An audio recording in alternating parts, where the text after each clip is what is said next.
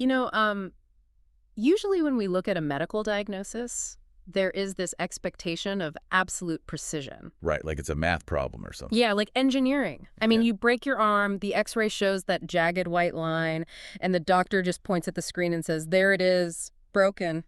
It is very clean, very binary. It is. And honestly, it's highly comforting to the human mind. We desperately want things to be visible, to be categorized. We want a definitive label that we can wrap our heads around. We want to feel like we are in control of the information. Absolutely. But then you step into the world of this historical account in first century Galilee, and suddenly, well, that x-ray machine is completely shattered. Yeah, the whole framework just falls apart. It really does. We are looking at a diagnostic landscape regarding human mortality that is incredibly murky to our natural eyes, especially when the creator of the universe walks into the room and starts redefining the terms. Which is an incredible moment to analyze. It is. So welcome to Reformed Thinking. Today, we are going on a massive deep dive into a text that shatters all of our human categories. We are looking at Mark chapter 5, specifically verses 35 through 43. Right, the historical account of Jesus raising the daughter of Jairus from the dead.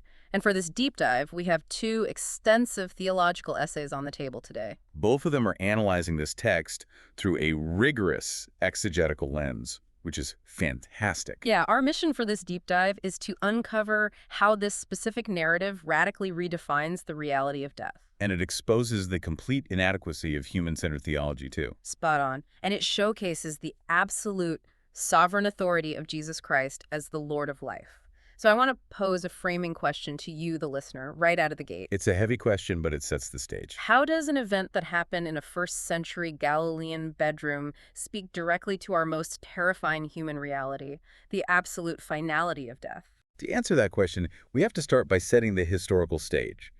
I mean, we really need to place ourselves in first-century Galilee. Because if we view this through a modern sanitized lens, we miss a lot. We miss everything. We miss the immense pressure these people were under. This region was suffocating under the heavy boot of the Roman Empire. And locally, that meant dealing with Herod Antipas. Yes, Herod Antipas. He was a client ruler, so that meant he answered directly to Rome, and his reign was characterized by massive political tension. And a crushing system of taxation, if I recall correctly. Oh, absolutely crushing. The local populace was bled dry. They had to fund Herod's lavish building projects. And, they had to pay the tribute demanded by Rome. So it's financial ruin on top of religious tension. Yes, severe religious compromise was everywhere. The Jewish people were living under a constant state of socio-political anxiety. Every aspect of their daily existence was dictated by an occupying force.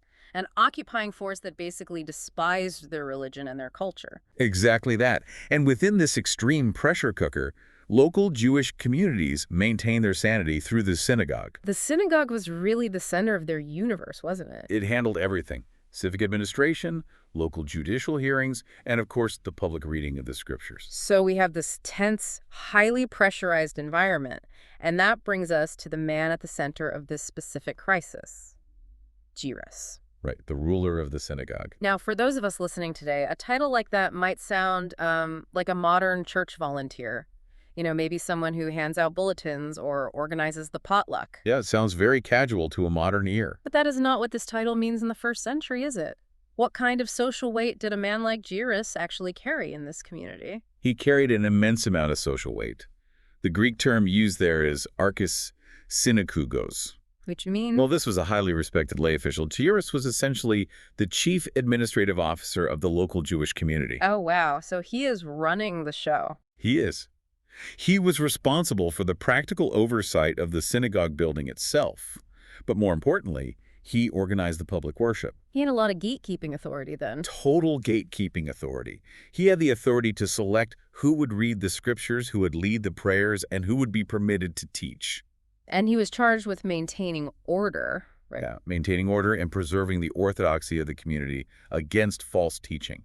Because of all these responsibilities, he was a man of significant social standing. Considerable wealth, too, presumably. Yes, and immense public respect. I mean, he was the establishment. In a world turned upside down by Roman occupation, Jairus was the guy everyone looked to for stability. He was the anchor, which makes his initial action in this narrative so utterly shocking. It really is jarring. The text tells us that this prominent, wealthy, respected official comes to Jesus and he just falls down at his feet. Right in the dirt. Now, Jesus, at this point in his ministry, is an itinerant, highly controversial teacher. He is constantly clashing with the religious elite. The very group that Jairus belongs to, I might add. Right, so for a man of Jairus' stature to publicly throw himself on the ground before a socially rejected outsider is, well, it's an extraordinary social risk. It is a total abdication of his dignity. Oh. We have to picture the scene here. It's a public space, right? Yes, very public. Everyone knows who Jairus is. And by falling at the feet of Jesus, Jairus is risking his reputation, his standing among his peers, and his entire career. Because if the religious council decides that Jesus is a heretic, Then Jairus has just publicly aligned himself with a heretic. But that social risk reveals the sheer desperation of his situation. his 12-year-old daughter is dying. Yeah. What we're witnessing is a crisis that strips away the total illusion of human self-sufficiency. Jairus is brought to a place where his money, his status, and his religious position mean absolutely nothing. Nothing at all. Okay, let's unpack this with a modern analogy so we can really feel the weight of what is happening here. Think about a highly visible, modern political or religious leader. Someone who is very concerned with optics. Yeah, someone whose entire life is built on public perception, managing optics, and maintaining an image of total control. Right. Imagine that person risking their entire career by going out into the public square, falling on their knees in the dirt, and begging a totally marginalized, socially rejected outsider for help. With news cameras flashing everywhere. Yes, that is the level of desperation we are looking at. He does not care about the optics anymore. His desperation pushes him into a posture of implicit faith. He recognizes that the religious establishment has no cure for the curse of death. He knows that Jesus possesses an authority that transcends the systems of men. Exactly. The crushing weight of the fallen world has driven him out of his comfortable, respectable religion. And straight to the only true source of life. And Jesus responds. He agrees to go with Jairus to his house. He does. And as they are heading to his house, the author of this gospel, Mark, does something brilliant with the literary design of this account. The classic Markan sandwich. Yes, intercalation. The story of Jairus starts. The tension is incredibly high, and then it is completely interrupted by another situation. The woman with the hemorrhage of blood. Right. And the narrative just stops. We are left hanging on the edge of our seats regarding the dying girl while Jesus stops to deal with this other crisis in the crowd. It is such a sudden halt. Why does Mark structure the narrative this way? This literary structure is highly intentional by the Holy Spirit. Mark structures this entire 5th chapter as a trilogy of cosmic triumphs. Okay, lay that out for us. Well, Jesus is actively demonstrating absolute, uncontested authority over the 3 greatest miseries of fallen creation. The first one being the demonic realm. Right. Earlier in the chapter, he conquers chaotic demonic forces in the Gerasene demoniac. So he exercises authority over the spiritual realm. Yeah, and the second triumph. Second, he conquers chronic and incurable disease with the bleeding woman in the crowd. And then the third is physical death with Jairus' daughter. Yes. By placing these 3 events in immediate succession, and by sandwiching the last 2 together, the text shows a massive truth. Which is? That there is no realm of spiritual bondage, physical decay, or human mortality that can withstand the sovereign command of King Jesus. The structural parallels between the 2 women in this particular sandwich are fascinating, too. You have the number 12 connecting them in a very specific way. That is a brilliant detail to point out. The woman had suffered from a continual discharge of blood for 12 long years, and the little girl, we find out later, had lived for 12 years. 12 years of suffering versus 12 years of life. Yeah, you have one life that has been slowly, agonizingly drained by chronic uncleanness and social isolation. And you have another life that is suddenly about to be snatched away by acute death. Both are entirely beyond the scope of human help, and both require an intervention from the outside. Those parallels highlight that Jesus is the sole source of life for both ends of the social spectrum. The contrast between the 2 people seeking help is huge. Think about it. You have Jairus, the highly respected, wealthy synagogue ruler. And then you have the woman who is a social outcast. She is ceremonially unclean, financially ruined from paying doctors who could not help her, and completely marginalized. But Jesus is the savior of both. Yes. He responds to the public catastrophe of the establishment leader, and he responds to the hidden suffering of the marginalized outcast. But this interruption also introduces a massive theological concept that we need to analyze. the theology of divine delay. Because the delay caused by healing the woman in the crowd was not an accident. Right, Jesus was not simply distracted by a larger crowd. No, from the perspective of divine providence, this delay was a decreed test of Jairus' faith. I have to push back on that concept of delay, though, because I think a lot of people listening might struggle with this.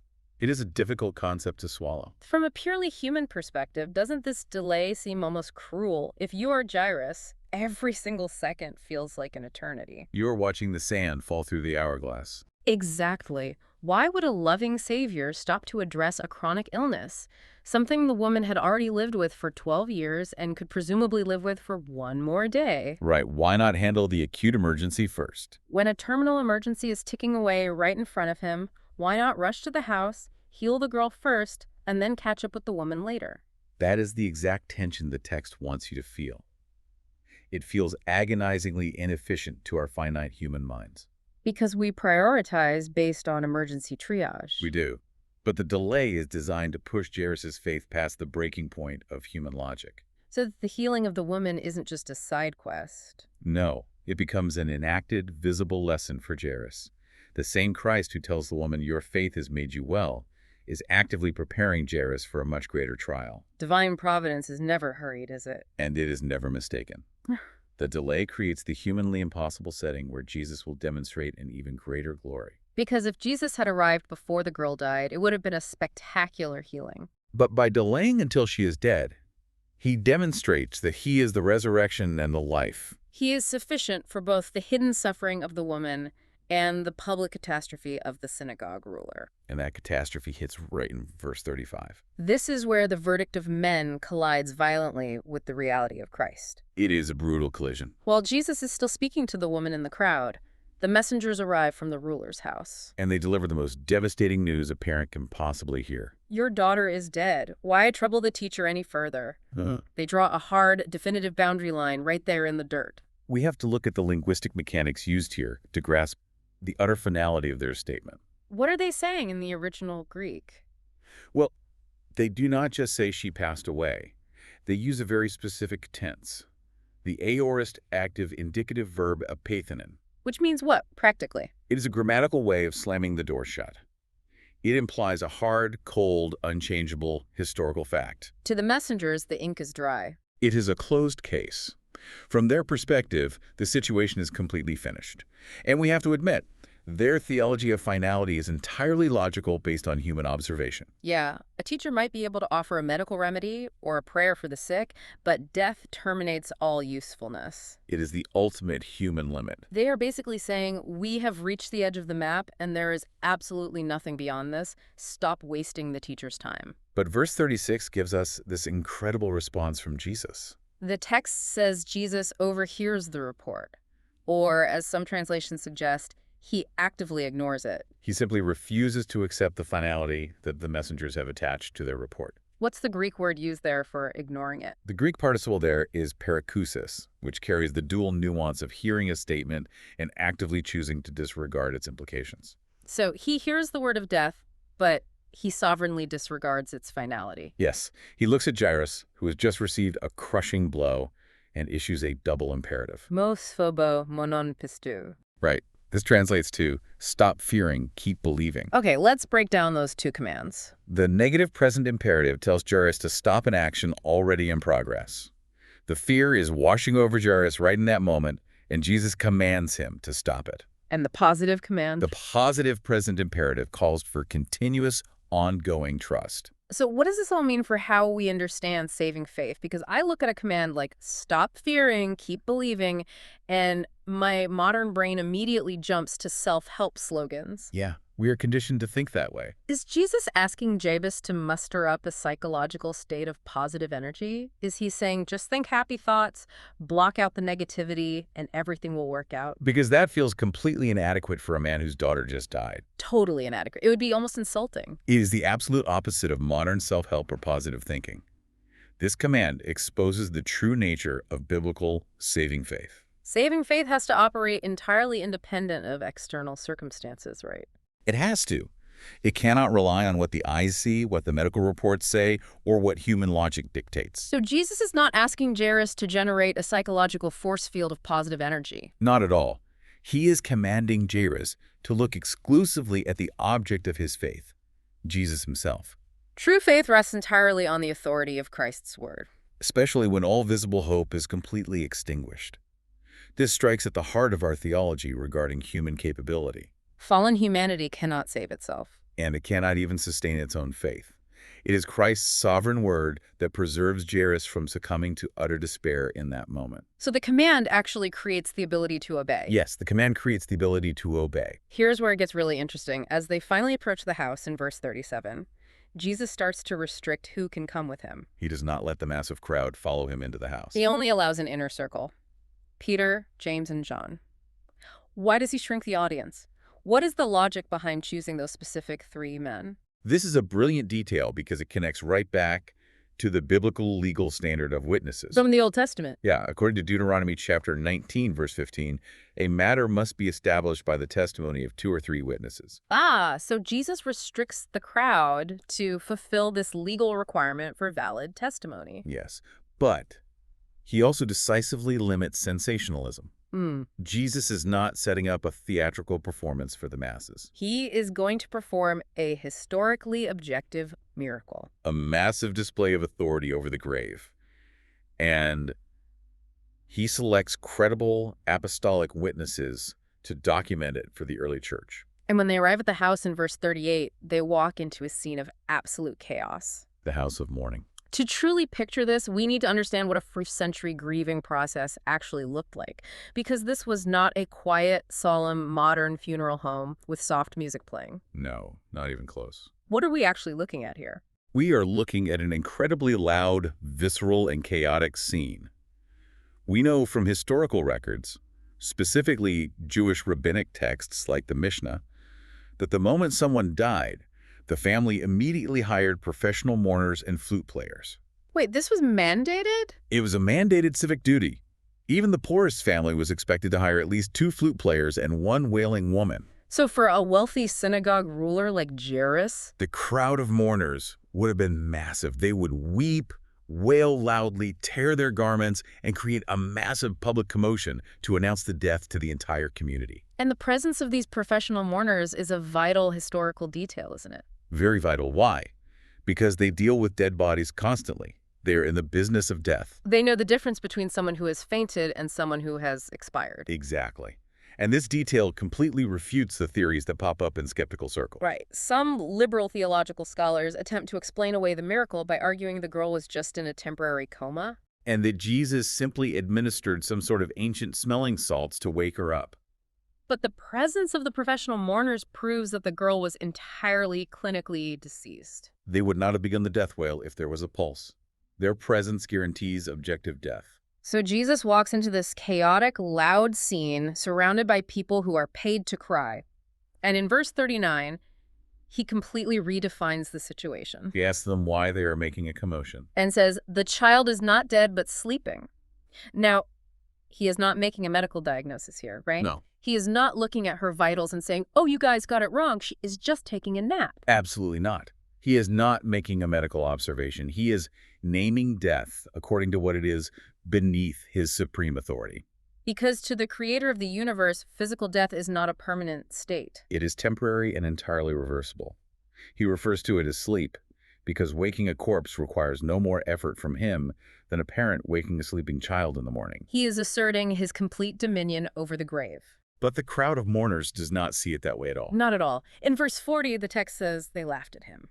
And it is not just a polite chuckle. The Greek word kategalun indicates an ongoing derisive mockery. They kept laughing at him. It is such a rapid shift from performative wailing to cynical, scornful mockery. Why did they pivot so fast? What is the mechanism behind that reaction? The mechanism is the transactional nature of their grief. They are paid actors performing a civic duty. Their emotions are a facade. So the rapid shift reveals that their grief is utterly devoid of spiritual understanding. Yes, their laughter is the cynical unbelief of the natural man confronting divine truth. They think they possess a superior grasp of reality because they understand human mortality. Because they have seen hundreds of dead bodies. Right. They measure what is possible strictly by human experience and natural laws, and because of their scornful unbelief, Jesus takes a very forceful action. He expels them from the house. And the word used for that expulsion is intense. It is ekbalu. That is the same word used when he cast out demons. So he is not just politely asking them to step outside. No, it is an aggressive, authoritative expulsion. He drives them out of the house. This is a staggering judicial warning, isn't it? It really is. Christ does not perform miracles to satisfy cynical skeptics or to prove himself to mockers. Unbelief is literally shut out from witnessing divine glory. This is a terrifying reality for those who mock the claims of Christ. He does not accommodate their skepticism. He actively removes them from his presence. They miss the glory of God because they trust their own finite understanding of biology more than the word of the Creator. That brings us to verse 41, where Jesus approaches the bed. He takes the dead girl by the hand. Now we have to talk about the Levitical laws regarding corpse contamination, because in a first-century Jewish context, this action is massively significant. It is a huge deal. According to Numbers chapter 19, touching a dead body was one of the most severe defilements possible. It made a person ceremonially unclean for 7 days, requiring a rigorous purification process. Under the Mosaic covenant, that law acted as a pedagogical tool. It taught the people that sin and death are contagious and defiling. Death is the ultimate uncleanness because it is the wage of sin. But when Jesus, the incarnate Son of God, touches the corpse, the dynamic operates in reverse. Instead of the dead body defiling Jesus, his absolute divine purity overcomes the uncleanness of death. He's not contaminated. His holiness is active, contagious, and victorious. He absorbs the curse and overpowers it. And then he speaks. Mark preserves the original Aramaic phrase for us, Talitha koum. Which translates to, "Little girl, I say to you, arise."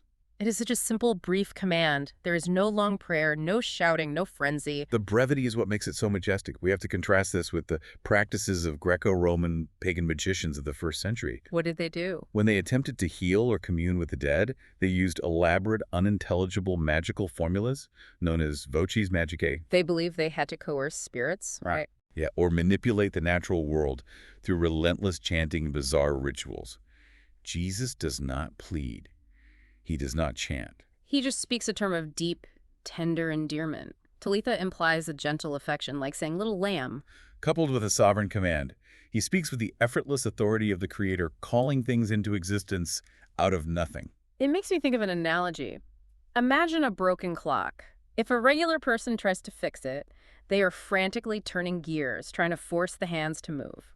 Maybe shaking the clock to get a tick out of it. Yeah, it is like a doctor performing frantic, desperate chest compressions. But Jesus is not the frantic doctor. He is the master clockmaker. He simply speaks to the gears of time and commands them to rewind. There is a staggering ease to his authority. He just speaks, and reality rearranges itself to obey. That ease is highlighted in verse 42 by Mark's signature adverb, euthes, which means immediately. There is no recovery period. There's no physical therapy required. The girl stands up and begins walking around the room. The sustained physical action proves total physical restoration. She is not a ghost, and she is not struggling to regain her strength after a long illness. She is entirely whole, right in that instant. Let's pull back and look at the theological analogies here, because this event operates on so many levels. It really does. If we frame this within redemptive history, we are looking at the consequences of the first Adam.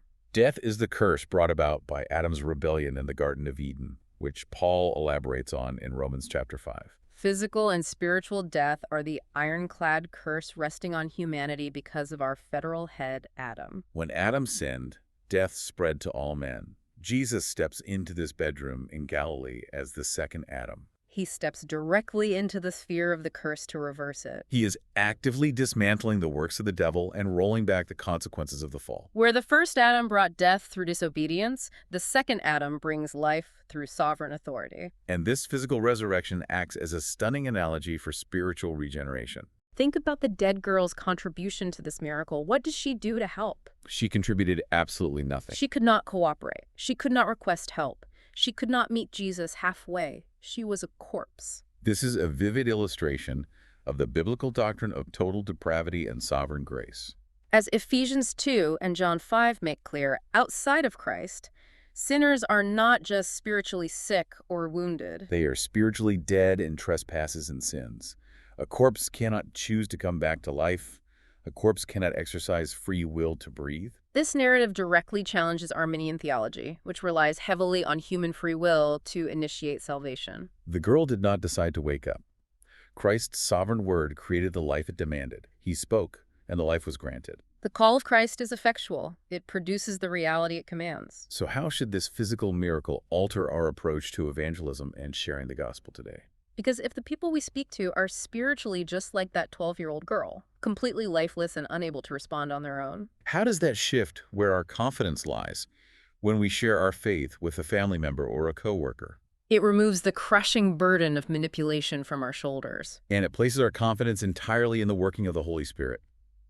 If people are spiritually dead, no amount of clever argumentation, emotional music, or pragmatic marketing will raise them. You cannot argue a corpse into breathing. Our duty is simply to speak the truth of God's word, trusting that Christ's voice, through the gospel, still possesses the sovereign authority to create life in the hearts of his elect. We proclaim the message, but God alone grants the resurrection. We are just the messengers standing in the room.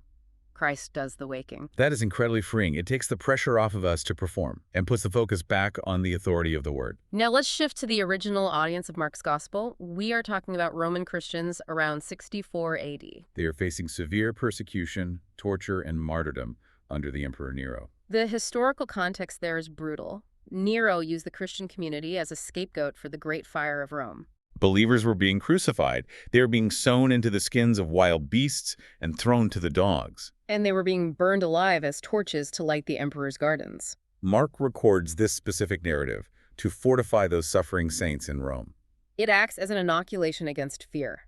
Imagine you are a Roman Christian hiding in the catacombs, listening to the emperor's decrees ordering your execution. You hear the footsteps of the Roman guards above you. How does this text change your perspective? You realize that the emperor might have the ability to kill your body, but the true king holds the keys to death itself. With a single word, Jesus can reverse whatever Rome does to you. Rome's worst weapon is just temporary sleep to Jesus. It radically alters their terror into triumphant hope.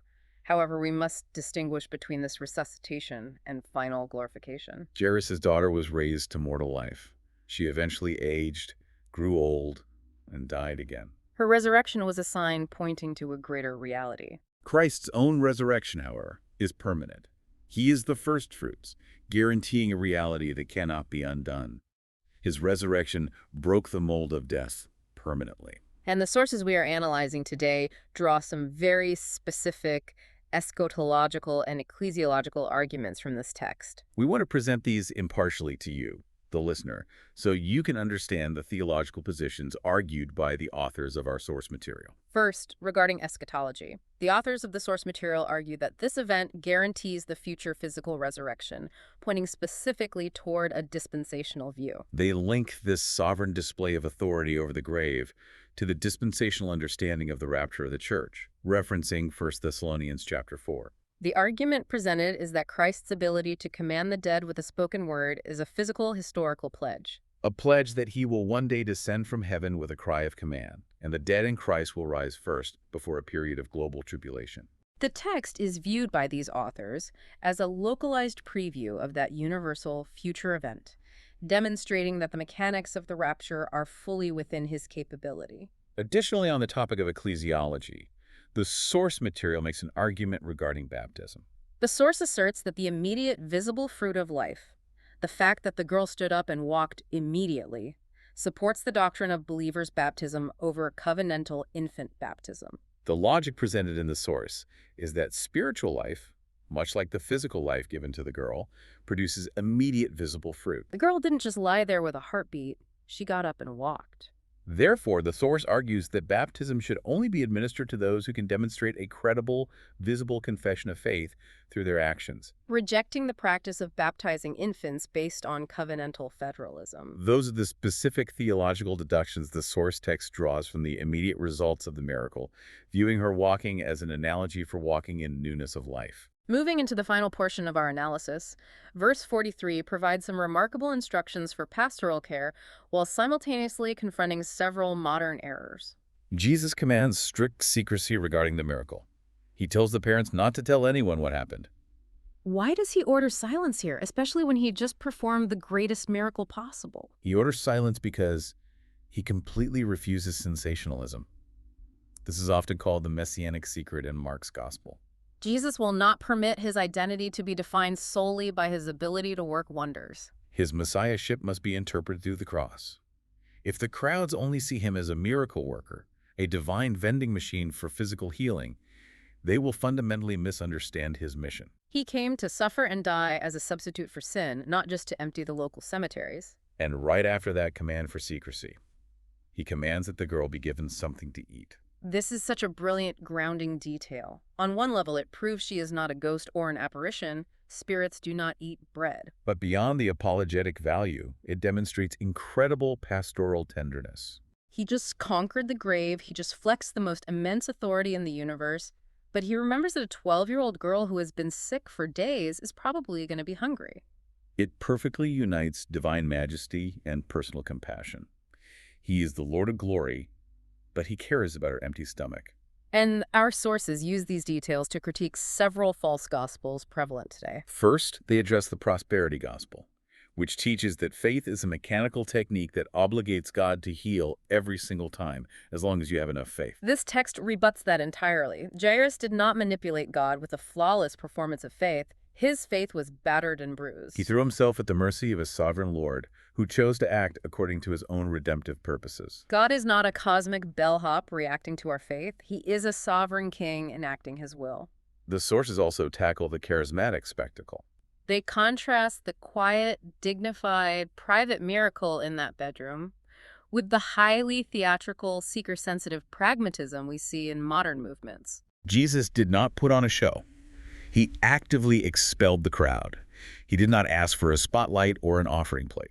Finally, the sources reject theological liberalism and secularism. Liberalism tries to reduce the resurrection to a psychological metaphor, a nice story about finding renewed hope in the face of tragedy. Secularism views death as a cold, final end.